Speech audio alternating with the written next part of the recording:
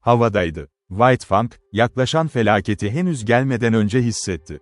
Belirsiz şekillerde bir değişimin yaklaştığını fark etti. Nasıl ve neden olduğunu bilmiyordu, ama tanrıların kendisinden gelen bir etkinlikti bu. Kulübede onu rahatsız eden kurt köpek, bildiklerinden daha ince şekillerde ihanet eden niyetleri seziyordu. Ve hiç kulübeye girmeden, beyinlerinde neler olduğunu anlıyordu. "Şuna bak, olur mu?" diye bağırdı köpek çapanı, akşam yemeğinde o gece. Weedon Scott dinledi. Kapıdan alçak, endişeli bir inleme geldi. Sanki az önce duyulacak olan nefesin altında biri hıçkırıyordu. Sonra uzun bir koklama. White Fang, tanrısının hala içeride olduğunu kendine güvence verirken gizemli ve yalnız bir uçuşla kendini havaya bırakmıştı. "O kurtun seni fark ettiğine inanıyorum," dedi köpek müşırı. Weedon Scott, neredeyse yalvaran gözlerle arkadaşına baktı. Ama bu sözler yalana dönüştü. "Kaliforniya'da bir kurtla ne yapabilirim ki?" diye sordu. "Ben de öyle diyorum," diye yanıtladı Matt. "Şeytan ne yapabilir? Kaliforniya'da bir kurtla mı ilgileniyorsun?" Ancak bu, Weedon Scott'u tatmin etmedi. Diğeri onu bir şekilde yargılıyor gibiydi. Bağlılık duymayan bir şekilde. "Beyaz adamın köpekleri ona karşı gösteri yapmaz," dedi Scott açıkça. "Onları görür görmez öldürürdü. Eğer beni iflas ettiren hasarlı takım elbiselerse, yetkililer onu benden alır ve elektrikle çarparlar onu." "Tam bir katil, biliyorum," dedi köpek müşırı yorumladı. Weedon Scott ona şüpheli baktı. "Asla olmaz," dedi kararlı bir şekilde. "Asla olmaz." Matt da aynı fikirde oldu. "Neden yapmak zorundaydı? Özel olarak bana bakması için bir adam tut." Diğerinin şüphesi yatıştı. Neşeyle başını salladı. Sessizlikte. Kapıdan alçak, yarı ağlayan bir inleme yükseldi. Ardından uzun, arama koklama. "Seni çok değerli bulduğunu inkar edemezsin," dedi Matt. Diğeri aniden öfkeyle ona baktı. "Lanet olsun dostum. Kendi kendimi biliyorum. Aklına ve en iyisine odaklan. Seninle aynı fikirdeyim, sadece." "Sadece ne?" Scott aniden sertçe cevap verdi. "Sadece," köpek müşır yumuşakça başladı, sonra fikrini değiştirdi ve kendi yükselen öfkesini ele verdi. Buna gerek yok. Çok heyecanlısın. Davranışlarına bakılırsa sanki kendi aklını bilmiyordun." Weedon Scott bir süre kendi kendine tartıştı. Sonra daha nazik bir şekilde söyledi. "Haklısın, Matt. Kendi aklımı bilmiyorum. O da sorun bu zaten. O köpeği almak tam anlamıyla saçmalık olurdu," diye bir duraklamadan sonra söyledi. "Seninle aynı fikirdeyim," diye cevapladı Matt. Ve işveren yine ondan tam olarak memnun değildi. "Ama Büyük Sardanapolis adına, nasıl biliyor ki senin gitmek üzere olduğunu?" "İşte beni etkileyen şey bu," köpek müşırı masum bir şekilde devam etti. "Bu benim için bir şey değil, Matt," dedi Scott, hüzünlü bir şekilde kafasını sallayarak. Sonra o gün geldi. Açık kulübe kapısından White Fang, efendisinin eşyalarını toparladığını gördü. İki adam, büyük kanvas çantalar ve bir kutu hazırlamıştı. Matt, ustanın battaniyelerini küçük bir brandanın içinde yuvarlıyordu, kürk cübbelerle birlikte. White Fang izlerken inledi. Sessizce, ama içten. Daha sonra iki kızılderili geldi.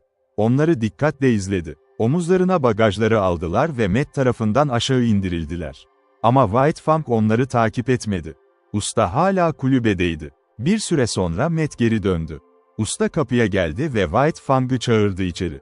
"Zavallı şeytan," dedi nazikçe, White Fang'ın kulaklarını ovuşturarak ve omurgasına dokunarak. "Uzun bir yola giriyorum, yaşlı adam. Takip edemeyeceğin bir yola. Şimdi bana bir hırlama ver." Son, iyi bir veda hırlaması. Ama White Fang hırlamayı reddetti. Bunun yerine, özlemli ve arayan bir bakıştan sonra, başını ustanın kolunun arasına gömdü.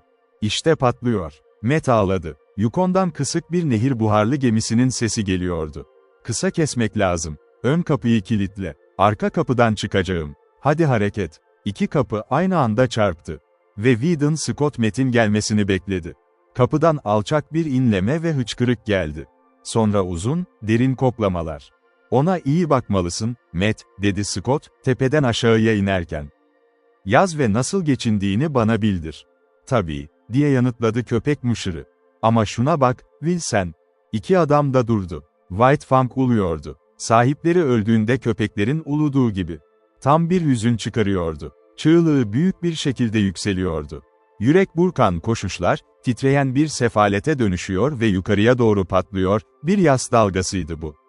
Aurora, Outside için yılın ilk buharlı gemisiydi. Güverteler zengin maceracılar ve kırık altın arayıcılarla dolup taşmıştı. Hepsi dışarıya çıkmak için yanıp tutuşuyordu.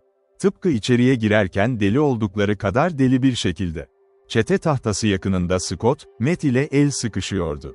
Matt karaya çıkmaya hazırlanıyordu. Ama Matt'in eli diğerinin elinde gevşedi. Gözleri hızla yanından geçip arkasındaki bir şeye sabitlendi. Scott döndü ve baktı. Birkaç adım ötede güvertede oturmuş, özlemle izleyen White Fang, köpek muşırı hayranlık dolu bir sesle yumuşakça küfretti. Scott sadece merakla bakabildi. "Ön kapıyı kilitledin mi?" Matt sordu. Diğeri başını salladı. "Peki ya arka taraf?" "Kesinlikle kilitlemiştim," diye coşkulu bir şekilde cevap verdi. White Fang kulaklarını yassıttı ama olduğu yerde kaldı. Yaklaşmaya hiç teşebbüs etmedi. "Karaya çıkmam gerekecek." Matt, White Fang'a doğru birkaç adım attı. Ama White Fang ondan uzaklaştı. Köpek muşır hızla atladı ve White Fang bacaklarının arasından kaçtı. Eğilerek, dönerek, güvertede kayarak, yakalanmak istemiyordu. Ama aşk ustası konuşunca, White Fang hemen itaatle yanına geldi. "Bunları besleyen ele gelmeyecek aylarca," diye mırıldandı köpek muşırı kızgınlıkla. "Ve sen ilk günlerden beri hiç beslenmemişsin ki. Eğer onun senin suçlu olduğunu nasıl çözdüğünü görebilsem patron." White Fang'ı okşayan Scott aniden yaklaştı ve işaret etti. Burnundaki yeni yapılmış kesiklere ve gözlerinin arasındaki yaraya. Matt eğildi ve elini White Fang'ın karnından geçirdi. "Biz pencereyi unuttuk. Tamamen kesilmiş ve oyulmuş altta. Tam bir yere sap geçmeli, aman tanrım." Ama Whedon Scott dinlemiyordu. Hızlı düşünüyordu. Aurora'nın düdüğü son bir kalkış duyurusunu çaldı. Erkekler kıyıya doğru çete tahtası üzerinden hızla iniyordu. Matt bandanasını kendi boynundan çözüp White Fang'ın boynuna dolamaya başladı. Scott köpek muşırın elini tuttu. "Hoşça kal Matt, yaşlı adam. Kurt hakkında. Yazman gerekmiyor. Görüyorsunuz, ben." "Ne?" köpek muşır patladı. "Demek istemiyorsun. Tam da demek istediğim şey bu. İşte bandanan. Ben yazacağım onun hakkında sana." Matt, çete tahtasının yarısında durdu. "İklime asla dayanamaz," diye bağırdı. "Yoksa sıcak havada krampa yaparsan?" Çete tahtası çekildi. Aurora kıyıdan uzaklaştı. Whedon Scott son bir veda el salladı. Sonra döndü ve White Fang'ın üzerine eğildi, yanında duruyor. "Şimdi hırla, lanet olsun, hırla," dedi, başını okşayarak, yastık gibi kulaklarını sıvazladı. White Fang, buharlı gemiden San Francisco'ya karaya çıktı. Dehşete düşmüştü. Derinlerde onu, herhangi bir akıl yürütme sürecinin altında, tanrılık güçle ilişkilendirdiği bir şey vardı. Ve beyaz adamlar, hiç bu kadar harika tanrılar gibi görünmemişti. Şimdi, San Francisco'nun kalabalık kaldırımında yürürken, bildiği küçük kulübelerin yerinde yüksek binalar vardı. Sokaklar tehlikelerle doluydu. Arabalar, otomobiller. Harika, zorlanan atlar devasa kamyonlar çekiyordu. Ve korkunç kablo ve elektrik arabaları ötüyor, çarpıyor, aralarından geçiyordu.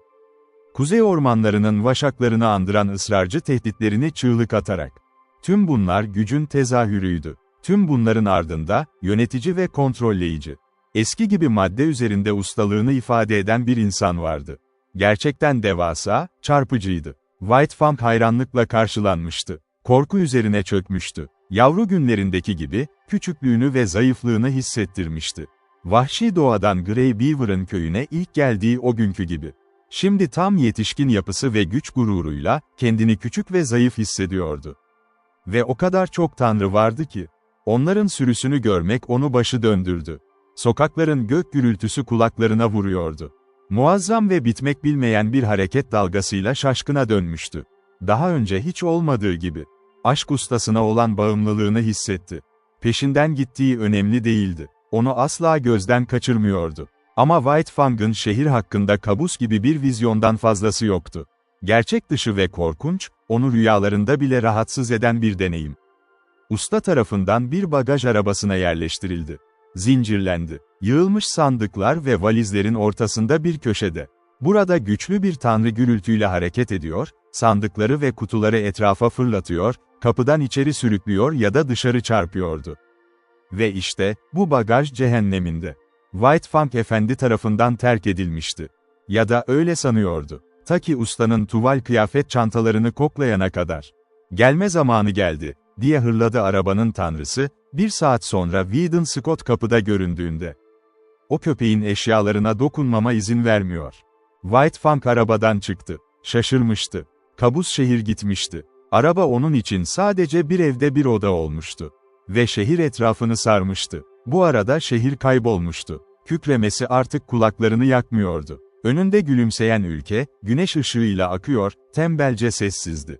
Ama buna hayran kalma zamanı fazla yoktu. Bunu kabul etti, tüm bunları kabul ettiği gibi. Tanrıların hesap veremeyen eylemlerini ve tezahürlerini. Bu onların yoluydu. Bir Phaeton bekliyordu. Bir adam ve bir kadın ustaya yaklaştı. Kadının kolları uzatıldı ve efendinin boynundan tuttu. Düşmanca bir hareket. Bir sonraki anda Weedon Scott kucaklamadan kopmuştu ve White Fang, hırlayan, öfkeli bir Eyeblaze dönüşmüştü. "Sorun yok, anne," diyordu Scott, sıkı tutuyordu White Fang'ı, onu yatıştırıyordu. Yaralayacağını sandı ve buna asla izin vermez. "Sorun değil, hepsi bu. Yakında öğrenecek." Kadın güldü ama korkudan solgundu. White Fang'a baktı. O hırladı, diken diken oldu ve kötü niyetle baktı. "Öğrenmesi gerekecek ve gecikmeden öğrenecek," dedi Scott. White Fang'a yumuşakça konuştu, ta ki onu susturana kadar. Sonra sesi sertleşti. "Yere yat, efendim, aşağı seni." Bu, ustanın öğrettiklerinden biriydi. White Fang itaat etti. Ama isteksizce ve somurtkan bir şekilde uzandı. "Şimdi, anne." Scott kollarını ona açtı ama gözlerini White Fang'dan ayırmadı. "Aşağı," diye uyardı. "Yere yat." White Fang sessizce diken diken açtı, yarı çömelerek kalktı, geriye doğru çekildi. Ve düşmanca eylemin tekrarlanmasını izledi. Ama ne bundan zarar geldi, ne de kucaklaşmadan sonra. Sonra kıyafet çantaları araçtan alındı. Yabancı tanrılar ve aşk ustası peşinden geldi. White Fang peşinden koştu, tetikte, şimdi arkasından bakıyor, şimdi koşan atlara doğru diken diken oluyor ve onları gözetliyordu. Tanrı'ya zarar gelmemesini sağlamak için. 15 dakikanın sonunda araba taş bir kapıdan içeri girdi. 2 sıra kemerli ve iç içe geçmiş ceviz ağaçlarının arasından geçti. Her iki yanda uzanmış çimler, geniş alanlar, burada orada büyük sağlam dallı meşeler vardı. Yakın mesafede, bakımlı çimenlerin başından, bronz ve altın rengi saman tarlaları parıldıyordu. Ötesinde ise tavni tepeleri ve yüksek arazi otlaklar. Ve vadiyi yumuşakça saran o ilk dalgadan, derin verandalı, çok pencereli bir ev göründü.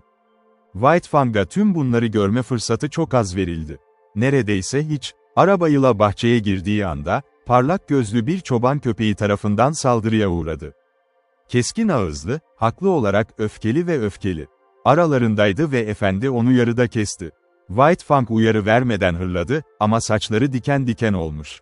Sessiz ve ölümcül bir acelesini yaparken. Ama bu acele hiç tamamlanmadı. Durdu. Garip bir ani hareketle, sert ön bacakları momentumu emdi, neredeyse oturur gibi geriledi. Ve saldırdığı köpekle temastan kaçınmak için her şeyini ortaya koydu. Bir dişiydi bu. Ve kendi türünün yasası aralarına bir engel çekiyordu. Saldırmak, içgüdüsünün ihlali olacaktı. Ama çoban köpeği için durum farklıydı. Kadın olduğu için böyle bir içgüdüsü yoktu. Öte yandan, çoban köpeği olması, vahşi doğaya karşı içgüdüsel korkusunu, özellikle kurda karşı olan korkusunu alışılmadık derecede hevesli kılıyordu. White Fang onun için bir kurtu. Ve sürüleri avlayan kalıtsal yağmacı. Ta ki aptal bir atasının onları sürüp koruduğu zamandan bu yana. Ve böylece, acelesini bırakıp temastan kaçınmak için kendini hazırlarken, çoban köpeği üzerine fırladı. Omzunda dişlerini hissedince istemsizce hırladı.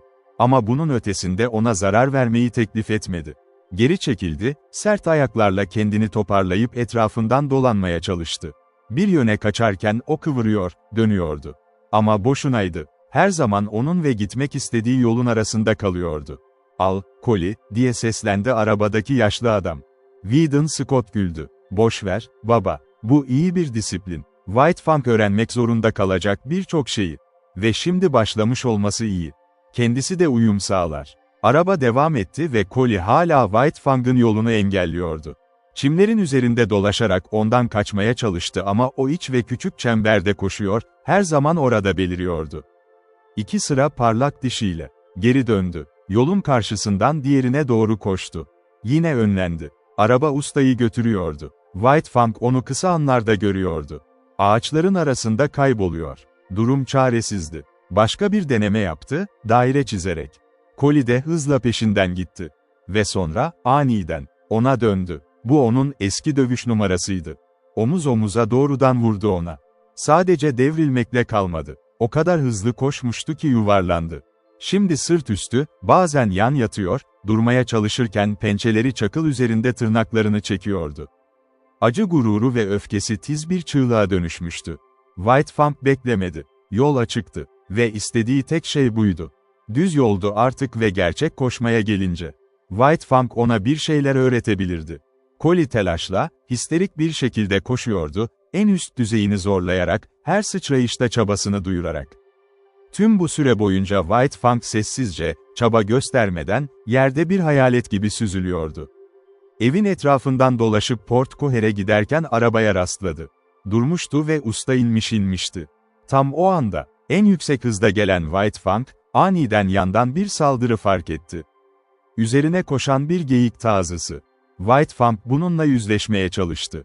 Ama çok hızlıydı. Ve köpek çok yakındı. Yan tarafına çarptı. Böyle bir ilerleme ivmesi ve beklenmedik durum karşısında White Fang yere yıkılıp yuvarlandı. Karmaşık bir şekilde ortaya çıktı. Kötü huylu, geriye yaslanmış kulaklar, kıvranan dudaklar, burun buruşuyor, dişleri birbirine takılırken tazının yumuşak boğazını zar zor ıslatacak kadar yakındı. Usta koşuyordu ama çok uzaktaydı. Ve kurtaran Collie oldu. White Fang atlayıp ölümcül hareketi yapmadan tam o anda.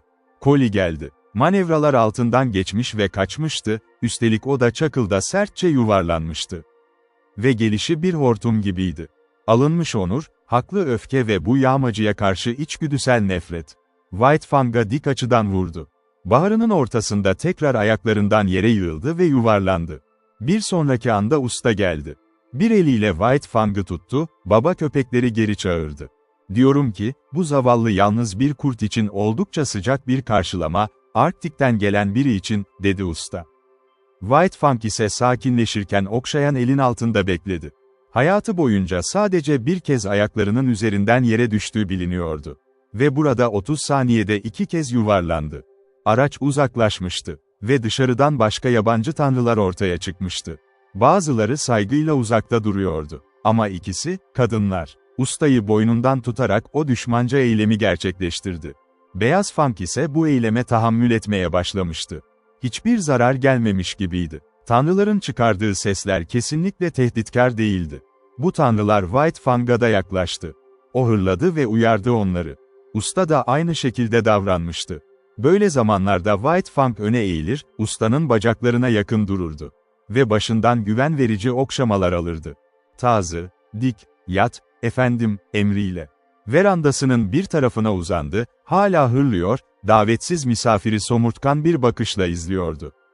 Collie ise sorumluluğu bir kişi tarafından ele alınmıştı. Boynuna kol atan, onu okşayan kadın tanrılar tarafından. Ama Collie çok şaşkın ve endişeliydi, mızmızlanıyor ve huzursuzdu. Bu kurdun burada bulunmasına ve tanrıların buna izin vermesine öfkeleniyordu. Tüm tanrılar eve girmek için merdivenlerden çıkmaya başladı. White Fang ustanın hemen peşinden takip etti.